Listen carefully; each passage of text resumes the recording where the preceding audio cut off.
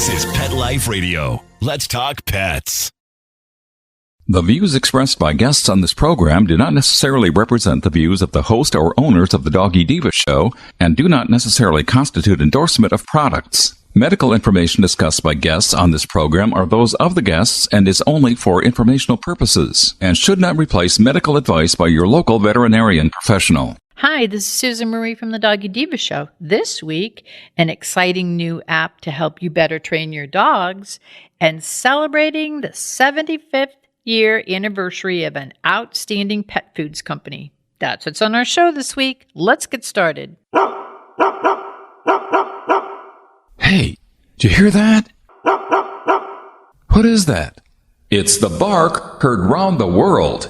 The Doggy Diva Show. Here's national award-winning author and animal advocate, Susan Marie.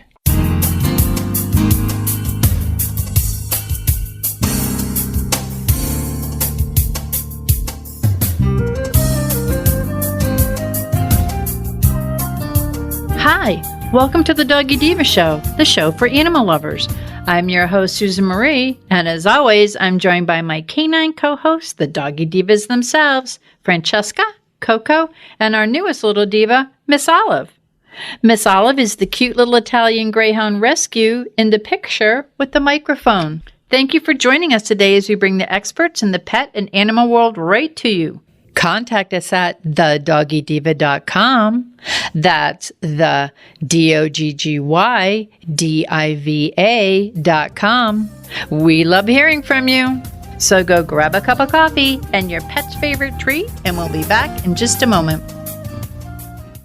Here's an alarming statistic. More than 2/3 of dogs and cats have oral health disease by the age of 3, and one of the indicators is bad breath. Do your pets have a healthy mouth? Do you cringe when it's time for a kiss or a snuggle? Let's get to the cause. Harmful bacteria in their mouth. And bad breath is just the start. The bad bacteria cause tartar and oral disease, which can lead to serious overall health problems. It's critical to make sure your pet's oral health is the best it can be, as good dental health is key to optimizing their overall health. Now, good news. It's easy and affordable to improve their oral health with Probiora Pet. Just 1 scoop of this dental care probiotic mixed into their food daily floods the mouth with positive bacteria, which crowds out the bad. This means better oral health and fresher breath.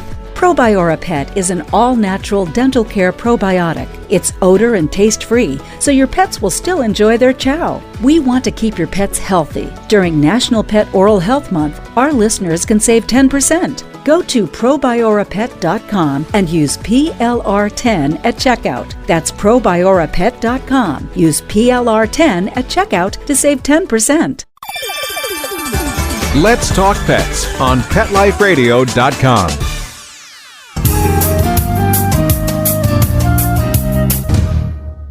Welcome back, everyone, to the Doggy Diva Show. I'm here with Monica Leighton, owner of Professional Pet Sitting. And Monica, you know, for us people, there's always something when we go, oh, yeah, there's an app for that. But when it comes to our dogs or our pets, sometimes there is an app for that. So can you tell us one of the most helpful apps going on out there right now? Absolutely. So there are such an range of really helpful apps out there for pet owners that I thought it would be a great segment for us to go over from time to time. And in this edition of There's an App for That, I thought we would talk about dog training. So all the time that somebody's introducing a new pet to the home and getting that pet trained is worth so much when it comes to happiness and happy, cohesive companionship for a pet. Nobody wants to have an unruly pet in the house. And so many pets are given up to rescues because of lack of training or behavioral issues. So taking the time when you first get a pet to really get it trained and well behaved can add such a huge, it just makes vital differences in the relationship, the bond. It strengthens the bond by the time that you're working with the pet. And it's more enjoyable all around. You have a pet that you can do fun things with and take places, and it's just less stress, and it just makes for the total pet owner relationship to be improved. So a lot of people are busy. They don't always have time to sign up for the local dog group, or maybe the group this week is talking about sitting, but you really need to work on chewing. There's so many different situations out there, and not that those classes are not beneficial. They absolutely can be, and they're great for socialization. But if you're in a situation where you do not have as much time, or you simply want to work on more additional stuff than what they're reviewing your one-on-one sessions, there are some great apps for that. So one in particular that I found is called Pupper, and it's Puppr, and it's Pupper Dog Training and Tricks. So it's essentially meeting your new dog trainer. So the app was started by celebrity dog trainer Sarah Carson, and she's got the super collies, and they were like the top 5 of America's Got Talent. They have all these Guinness World Records that her dogs have done. So it's a world-renowned celebrity dog trainer. And she has put a dog trainer right into your phone. So Pupper includes like step-by-step video instructions on how for you to teach your pet basic obedience training, like how to sit, how to stay. And they even get into more advanced tricks like how to fetch a leash or how to sit pretty. They have over 100 lessons taught by Sarah Carson. And they actually have Pupper master classes that can provide in-depth guidance on topics like leash training, taught by a variety of experts, not just Ms. Carson. They have live chats, so you can sign up for a live chat with their team, with all these world-class trainers. They have clicker training built right into the app, so you can even use the app for clicking and learning how to do clicker training. You can track your pup's actual progress. So it has little trackers in there that you can use. They offer little photo challenges. They have reminder systems. So when you're teaching your pet how to go potty or how to stay, they have little reminders and aids that you can use to kind of get them on that little schedule. You can collect little badges within the app as your pup trains up to the next level.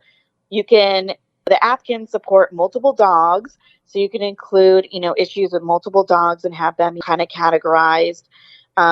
Besides the live chats and all those other things, you have a team of trainers that are available 24/7. So you can literally log in to work on issues like nipping and jumping and potty training, separation anxiety, tricks, like the whole thing.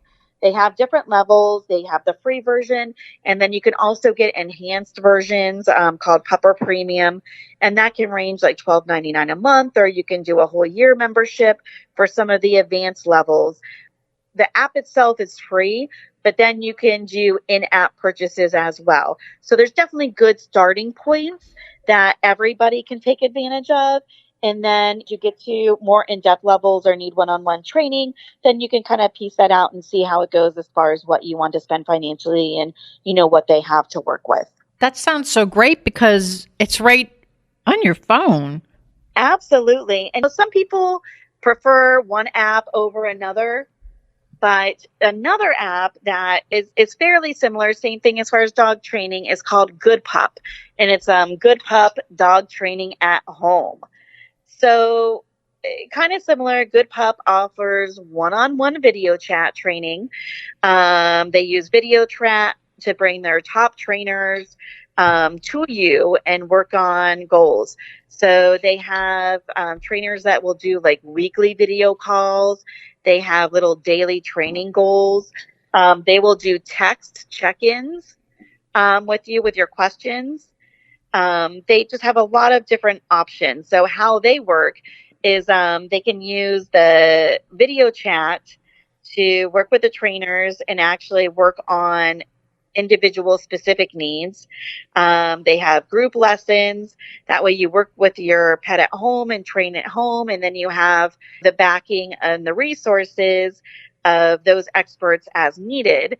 And Good Pup they pride themselves for being all about positive reinforcement training, and they are backed by the American Veterinary Association. Very similar to the other app. They can work on a variety of things: potty training, crate training, basic commands such as sit, lay down, stay, using a release word, come, heel, leave it, going to a certain spot.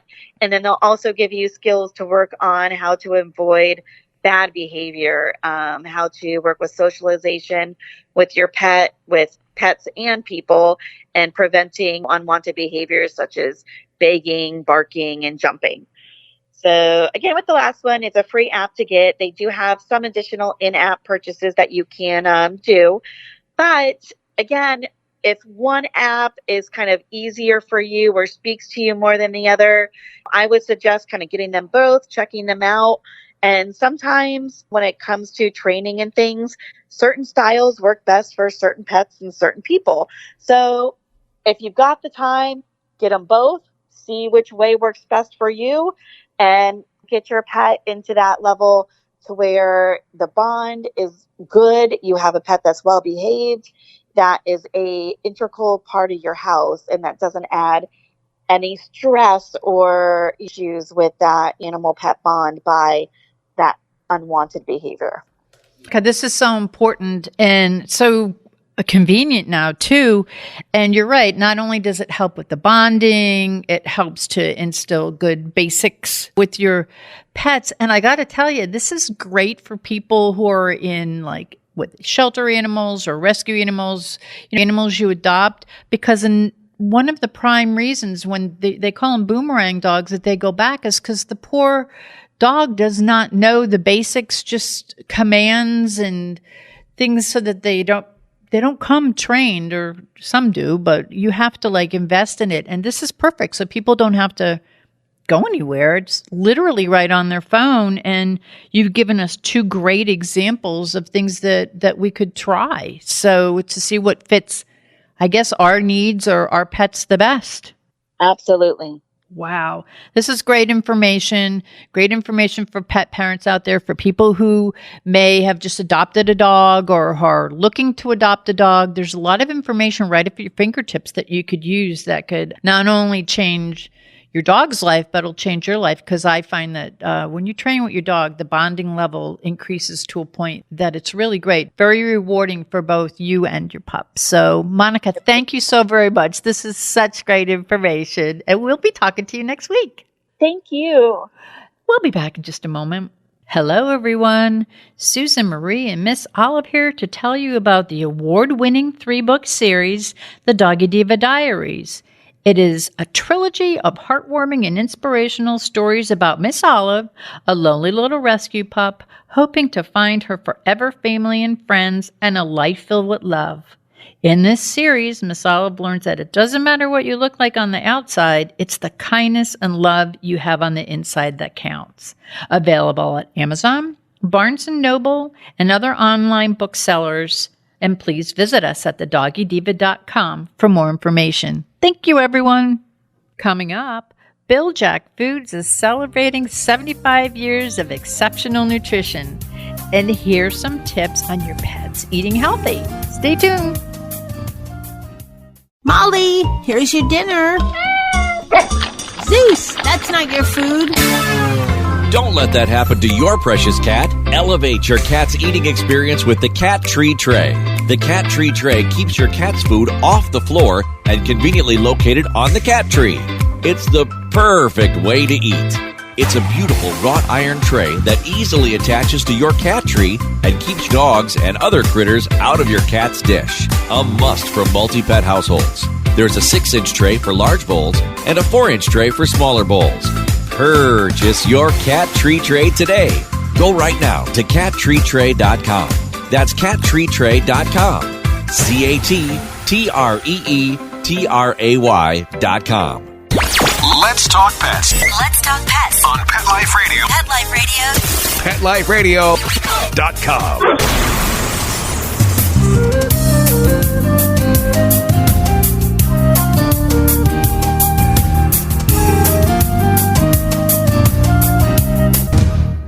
Welcome back, everyone, to the Doggy Diva Show. As a pet parent, I am aware of the importance of having a good nutritional foundation for my pet's health and nutrition. And with us today to share valuable information for healthy eating for our pets is the Chief Marketing Officer of Bil-Jac Foods, Kim Gaebelein. Welcome, Kim. Thank you for having me on. This is great to be here to talk about how it's important to keep our pets healthy. Well, before we begin, I'd like to congratulate you and everyone at Bil-Jac Foods for 75 years of exceptional nutrition, making our pets' lives so much healthier and happier. So I have to congratulate you for that. And throughout the years, gosh, the show's been on. We're in our 19th year, and Bil-Jac's been with us for such a long time. And we're so honored that you have shared such valuable nutritional advice for our listeners over the years. We have so many new listeners. You guys have been with us for so long that maybe some of the new listeners would like to learn a little bit more about Bil-Jac. And also, Kim, you're the kind of like the face or the voice of Bil-Jac for our show. Can you tell the listeners a little bit about what you do there? Yeah, well, thank you. I really appreciate that. We're so excited about the 75 years, and really we need to thank folks like you and all of our pet parents and dogs over the generations that have been with us. I know that Bill and Jack, who started the company 75 years ago, they would be so proud. I think that they knew that they could really make a difference with nutrition. They knew how much, like you're talking about on the show, they knew how much health and nutrition go together, and that's really a key foundation to making sure your dog is healthy, is getting them good nutrition. And so that's really why they started. That's really why they did this, because they really felt like the food at the time, right, in 1947, was really not doing the best that it could to help dogs be healthy. So it's really a pleasure that we've been here for 75 years, and it's only because I think it's because of how great our food is and high quality it is, and just the feedback we get from pet parents, because otherwise we wouldn't be here any longer. So that's really great. You and I have talked for years over the different foods that you guys have created to accommodate, whether it be breed dogs and the little Jacks, which of course mine are addicted to, and all the different flavors that those have blossomed into. You walk the walk and talk the talk. Yes, and that's what I love about my job is, I get to talk to consumers about, what's working for them, what's not working for them, what do their dogs need, what's coming up, what are they looking out for, or what are they concerned about. And so that's what's really great. I get to look at that, and I help with new products, and think about what kinds of new products need to be out there. Certainly, I love doing radio shows, like, talking with you, for example, and being able to communicate some of these important things. I think a lot of times we take a lot of this information for granted, at Bil-Jac, just because we know it, and not everybody eats and sleeps dog food like we do. And so, it's really important that we communicate some of this information for folks to be able to understand what can help their dog be healthy and happy. I also want to go into something else, because this is something that I use for my dogs all the time, which is the probiotic spray. You've gone into all different avenues, like you've got the supplement for the joints, you've got the probiotics. It's like you're listening to your consumers, you're listening to the pet parents, and you're doing things to just selfish pet parent and say, accommodate us. You're giving us what we are saying we need for our pets. And I thank you for that. Well, thank you. When we really are looking for, what do we know is going to help dogs, right? What is going to help them, with their immune system, with their digestion. Those are the kinds of things that we're looking for. So as we see things, right, as we see ways to be able to help support their joint health, or ways to be able to help support their digestive or immune health, like with probiotics, we're going to, continue to, move forward and introduce those and bring those to life so that people can be able to do that, easily. And it's really important to us to have really good nutrition. But of course, if the dog won't eat it, then it doesn't matter what kind of nutrition we have, right? So we want to be able to make sure we have that balance between having, outstanding nutrition, but also making sure that it tastes really good, so that it makes it really easy for you to be able to feed your dog and have them enjoy their meals every time they eat them. What are some simple ways to help our pets build good nutritional habits? I think the first place to start whenever you're thinking about nutritional habits is feeding and a feeding schedule. And so I know that our lives are busy and, we have things that go on from time to time that kind of interrupt our normal schedule. But anytime you can kind of put together a schedule, whether you have a puppy or you have, a dog that's been with you for a while, like we have, it doesn't really matter, right? You want to kind of get that schedule. And, it could be at 7 o'clock in the morning and 7 o'clock at night. It could be once a day, whatever that is. It's kind of funny. Your dog adjusts to that and then kind of gets used to what to expect. So having that schedule is a really great way to kind of start building that healthy eating habit, first and foremost.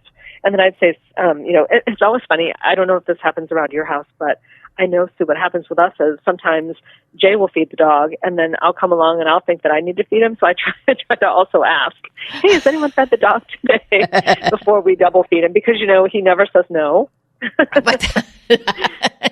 Well, I live that way too, and it does. It gets confusing, and it can. And the dogs are not. They're looking at you, going, "Come on, Dad, say you didn't feed us."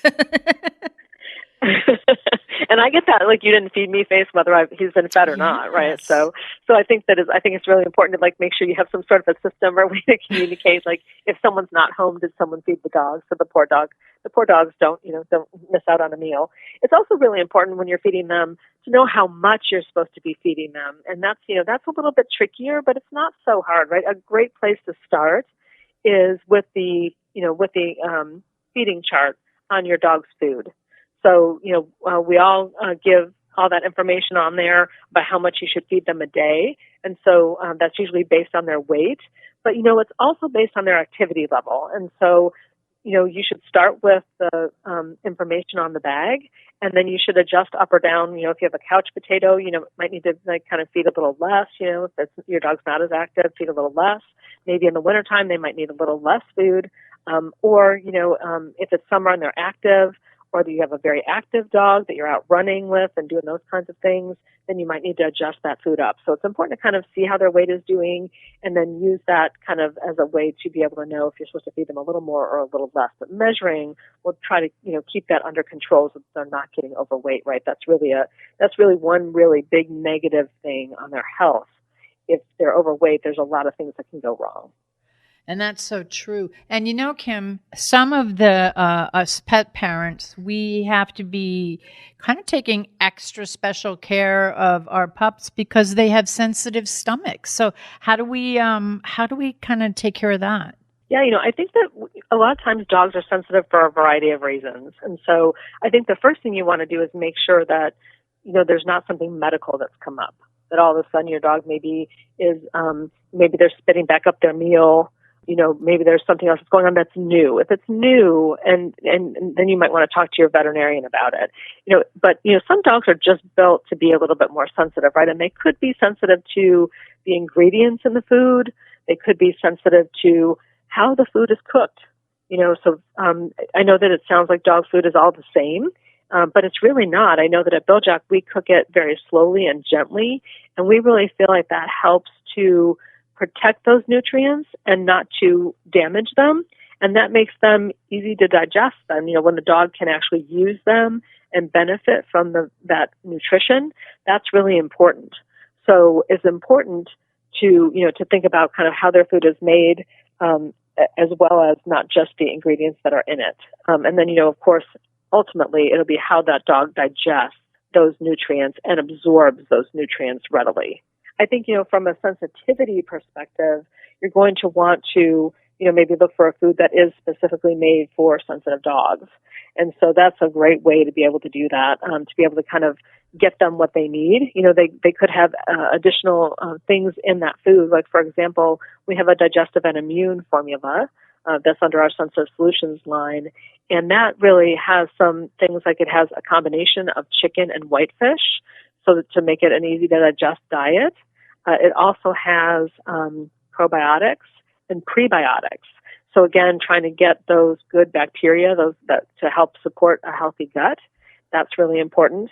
It could be, if your dog eats really fast, right? So if your dog is a fast eater, that may be tough on their tummy. And so that might make them more sensitive, like they might spit their food back up if they're eating it too fast. So you might want to find ways to be able to slow them down if they are sensitive. But there's lots of ways to be able to kind of address that. And certainly, minimizing the number of things you're feeding them at a time is also really important to kind of get to the crux of the matter, right?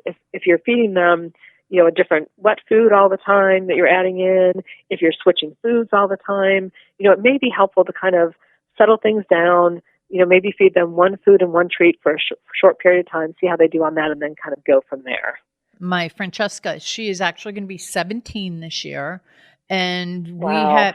we've been using the Breakthrough Biotics, the spray for her for, I don't know, probably since it's been around, but because she has so many she has a lot of stomach issues, but she's a senior, and we use it for Olive. Olive's going to be 15 this year, and we use it for Coco, and Coco's 7. So, but I believe that some things like that, as well as the food, because you have such a selection of food that helps to contribute to the health of the pets.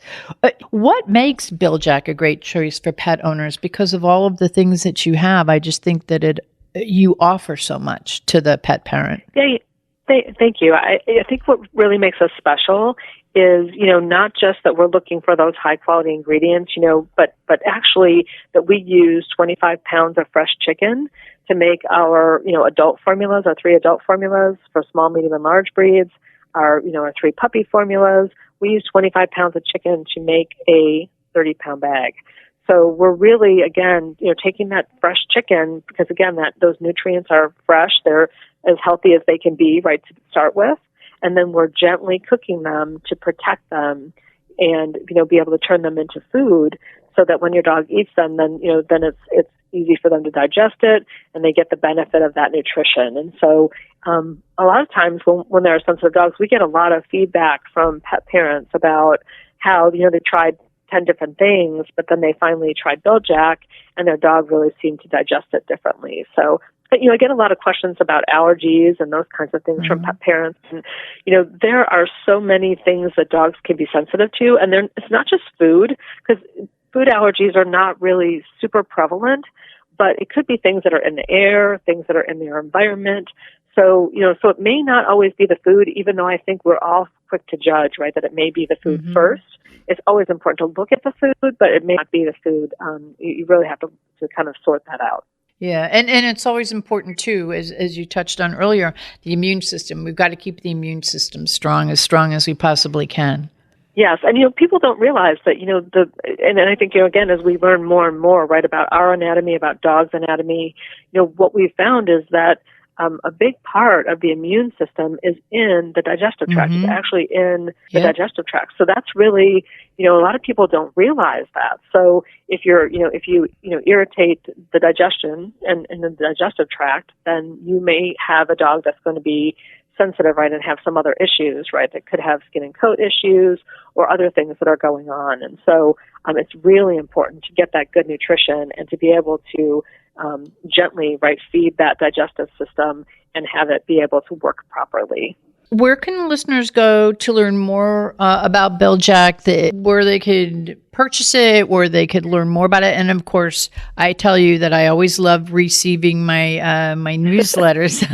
You know how I am about that. And I get such great training tips and little nutritional tips and all these little nuggets that we talk about. I find them in there, and it's and I say again, I've been a pet parent for over 25 years, and I'm going, you know what? I didn't know that. Or, oh my gosh, I forgot about that. So there's that too, that what you offer. Yeah, we have a lot of fun putting together our monthly e-newsletter, The Best Friends Club. It's great because, and just the other day, we have a relatively new person who's on my team, and he helps us do all of the articles. And he said, I'm going to be getting a dog this year, and I'm so excited because I'm going to be ahead of the game because I have all this knowledge, right? I'm going to have a good start. So I just it made me smile to hear that, because that's exactly why we do the monthly newsletter. It's to be able to share some of the knowledge that we have and some of the things we're interested in, right? That we want to go write articles on about how can we do this better, or what's a challenge for us. But I would say that come out to the Bil-Jac website. It's Bil-Jac.com. BIL-JAC.com, And, we have, like you said, the dog blog is out there. You can sign up for our Best Friends newsletter to be able to get e-news and also some coupons every month, that we offer. There's also nutritional information about all of our products. And we have a really fantastic store locator. So if you're looking for our treats, you can, kind of say, here's my zip code and check off the treats box and then find out all the places that we have treats near you. If you're looking for our dry food or our frozen food, it's all there. We try to make it as simple as possible. And then, of course, you can always call us on our 1-800 number. If you have any questions, we're always happy to help from customer service as well. Well, Kim, I want to thank you so much for being our guest and always for sharing such valuable nutritional advice with our listeners. And on behalf of pets and pet parents everywhere out there, happy 75th anniversary to Bil-Jac Foods. We're so honored to be a part of it. Thank you so much. We'll be back in just a minute. Coming up, how to keep your pets safe and warm from the cold this winter. Stay with us. Take a bite out of your competition. Advertise your business with an ad in Pet Life Radio podcasts and radio shows. There is no other pet-related media that is as large and reaches more pet parents and pet lovers than Pet Life Radio. With over 7 million monthly listeners, Pet Life Radio podcasts are available on all major podcast platforms, and our live radio stream goes out to over 250 million subscribers on iHeartRadio, Odyssey, TuneIn, Stitcher, and other streaming apps. For more information on how you can advertise on the #1 pet podcast and radio network, visit PetLifeRadio.com/advertise today. Let's talk pets. Let's talk pets On Pet Life Radio. Pet Life Radio. PetLifeRadio.com.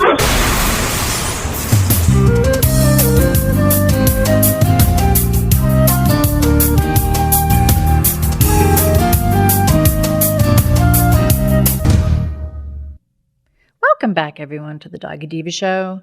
As a pet parent, I want to keep my pets comfortable and safe no matter what the weather is. And today, to share some valuable advice on winter safety, is the Chief Marketing Officer at Bil-Jac Foods, Kim Gaebelein. Hey, Kim, welcome back. Hi, thank you for having me on to talk about this chilly topic. Chilly topic. Even in my part, I live in the South, it does get cold. So yes. Can you just give us some ideas on how cold is maybe too cold for your dogs? Yeah, so this is a great question, Sue, because there's not probably a perfect answer, right? There's a few things to think about as you think about cold and your dog. So, it really depends on, and some of the things, the factors that maybe might make a difference, right? I might tell you, oh, well, this temperature is a bad temperature, but depending on the wind chill, so if you've got a cold breeze blowing through, that may make it actually, colder faster, or how humid it is outside. Whether the sun is shining or it's cloudy could also have an impact on how quickly your dog could be affected by the cold or how much they're moving around. So there's a lot of things to kind of think about for temperatures. What I'd say is there's kind of 3 numbers to think about. So in general, the numbers you want to think about first are 45 degrees. So the 45 degrees is about when cold-averse dogs start to feel a little uncomfortable. So, I think about, Miss Olive, being a short-haired dog, not a lot of, no fat on that girl, so she's going to get cold more quickly, right, at 45 degrees. So those are dogs when they might start to feel uncomfortable or affected by it.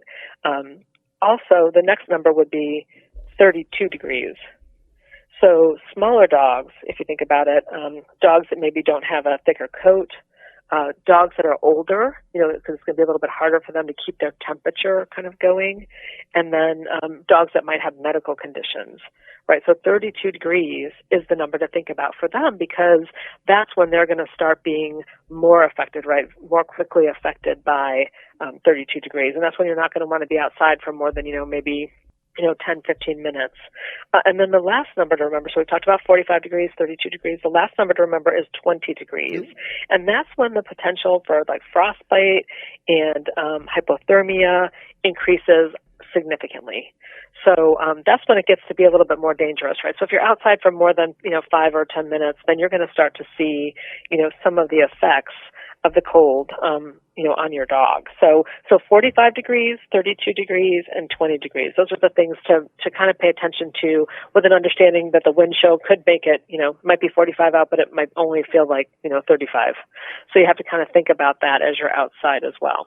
Wow, that's really important. I never even thought of it that way. I mean, these are 3 really important numbers to keep in mind, because even where I am, sometimes it'll get down into the 30s and 40s in the evening when I take them out, and I have to have their little jackets on them just to keep them warm, and little booties on Olive just to make sure that because it gets cold. But as you say, in the other parts of the country, it could get down into the 20s or the wind chill factor. So there's a lot to consider. And I'm from up north, and when I used to walk my dogs, I always had their coats on and everything. But it's amazing how quickly, as you're laying this out, how this makes so much more sense. So this is good to keep in mind. Unless your dog is really a true cold weather breed, right? Like a Malamute or a Husky, they're going to really be affected by the cold no matter how much fur they have. Yeah. So, like you said, thinking about, booties, potentially, because again,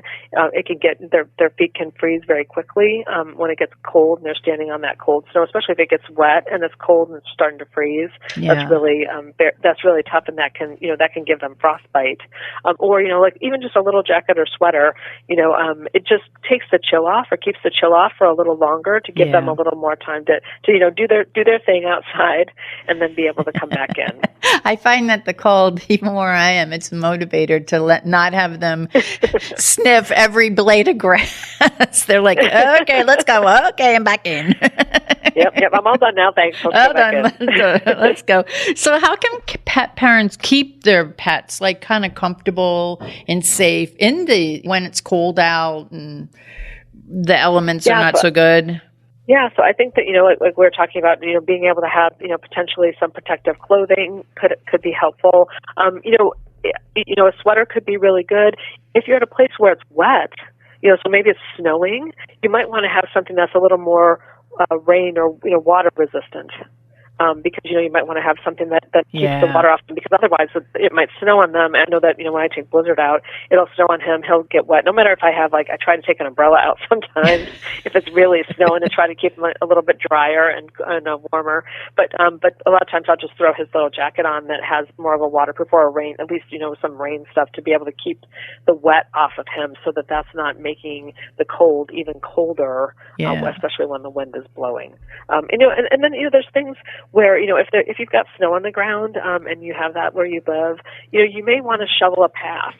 Blizzard's really a small dog, so he really can't, once it gets, over a couple of inches, we really need to be shoveling him a little path out on the grass.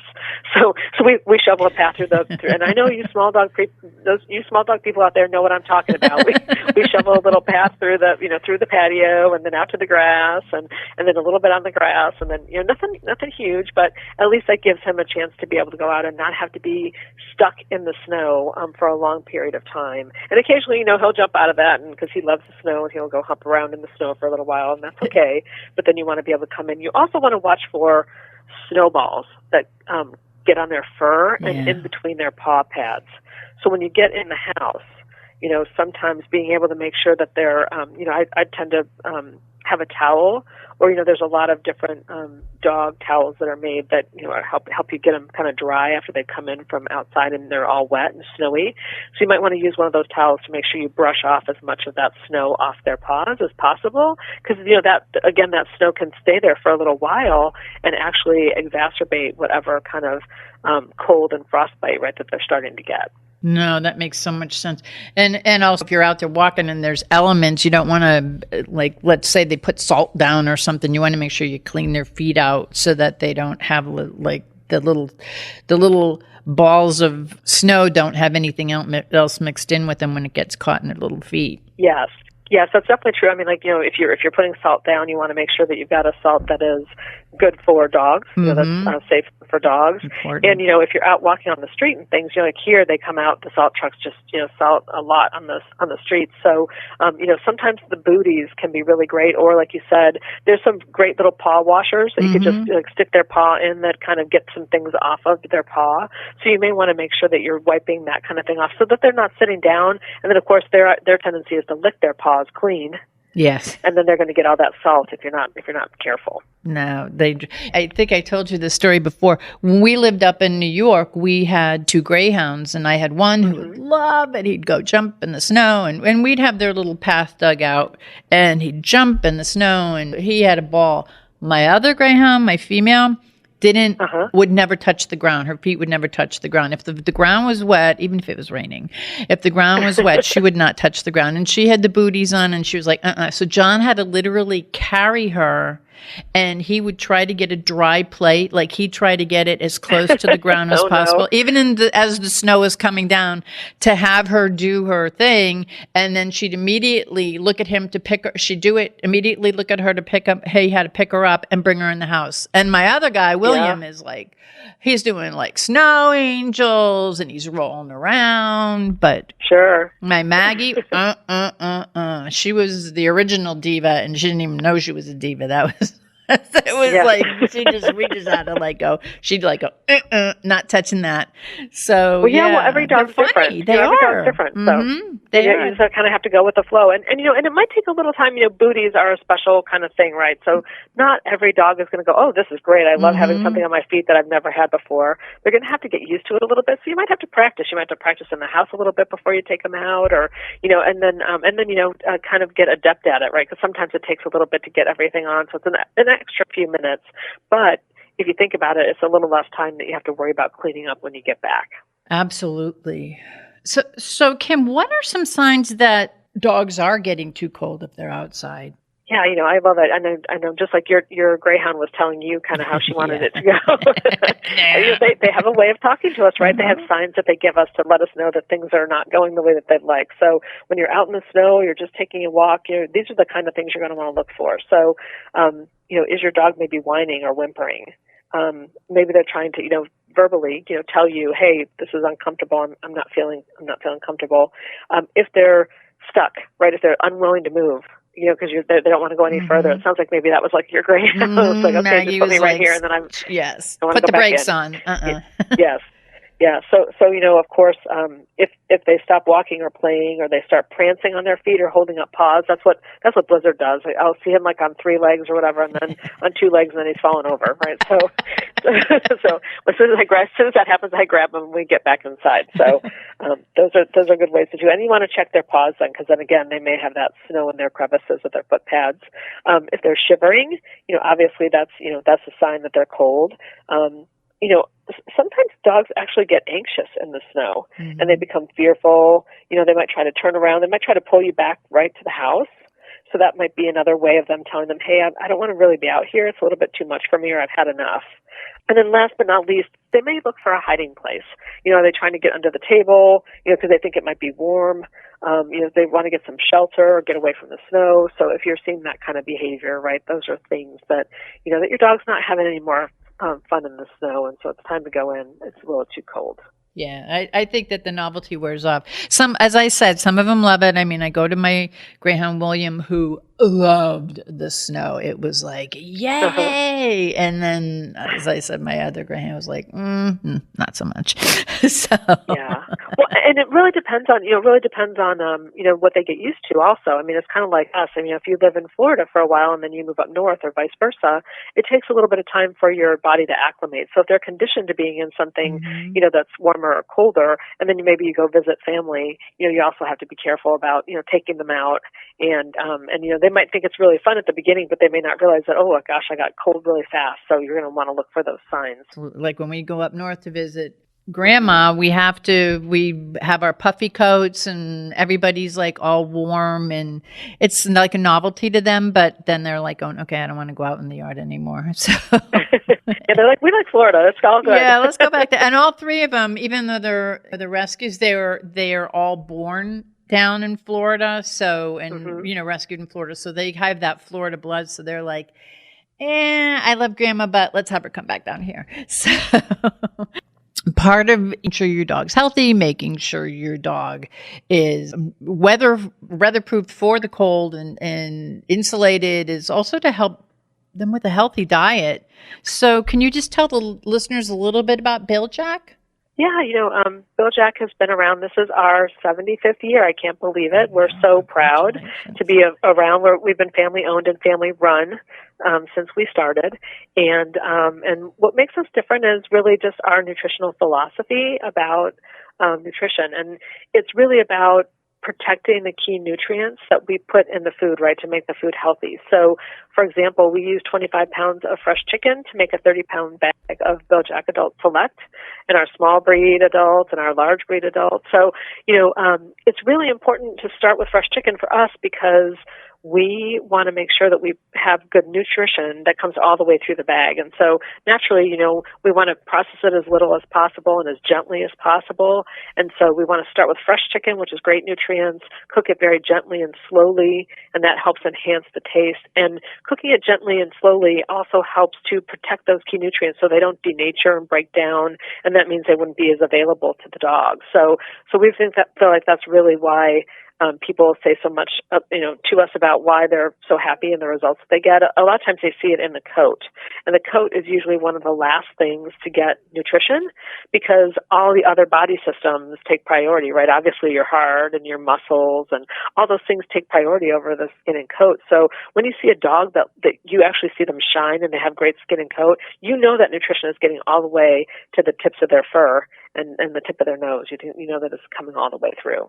And that says a lot. And again, I always talk about it, the treats, like the little Jack treats, they're very, I have to keep my dogs thin. They're little dogs. Yeah. And these are great treats because they taste good. They feel like they're cheating, but they taste good but they're low in calories. And they also, in some of the treats, there may be a few fillers in that could cause them to gain weight. But I find that using the Bil-Jac, the little Jacks, mine are still the same weight that they were years ago. Yeah, we get so many comments on our treats, and I know exactly what you're talking about their nose, because I know if I bring home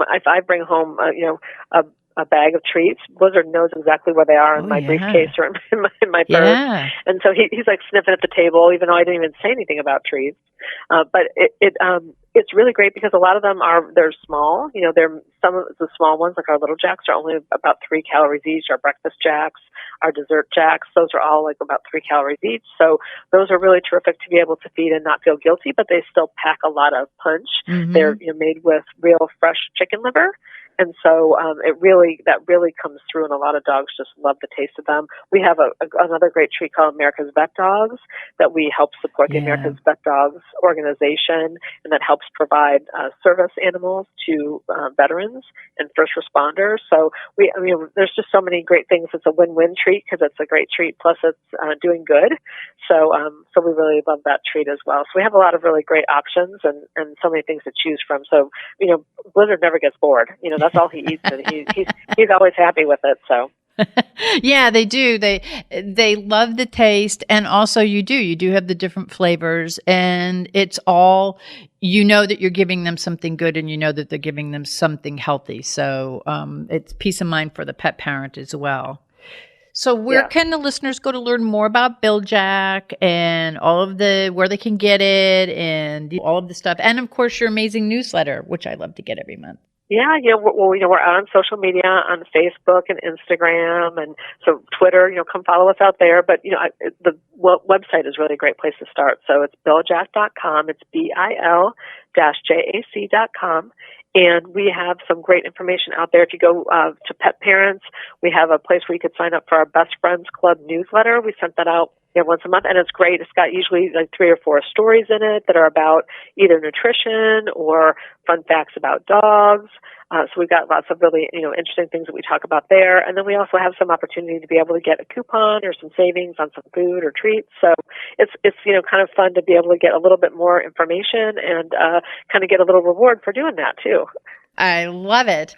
I love it. And Kim, I want to thank you for being our guest today, and thank you for sharing such valuable information on keeping our pets safe and healthy during the cold weather months, and gave some great information that I wasn't aware of that I made notes of. So all of you listeners out there, hopefully you got it too, because this is really valuable information. So thank you so much, Kim. And as always, it's a pleasure. Thank you so much. Enjoy and be safe out there. Have fun in the snow. It's still lots of fun to have fun in the cold, but it's a great way to be able to be safe too. Yes, be mindful. So, and you gave us some great tips on that. So thank you very much. And we'll be back in just a minute.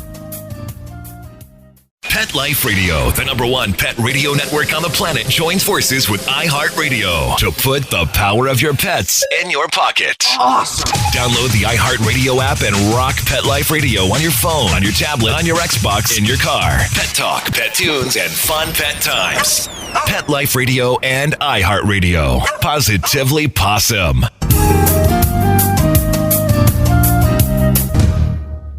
We would like to thank our guests this week. And also, as our Doggy Divas always say, please love your pets because they love you unconditionally. And please remember to adopt, foster, spay, neuter, and microchip. And as always, please have a great Diva week, everyone.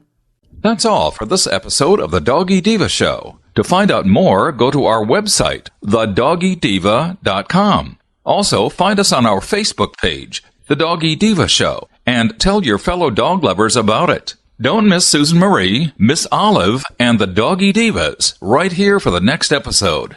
See you again soon.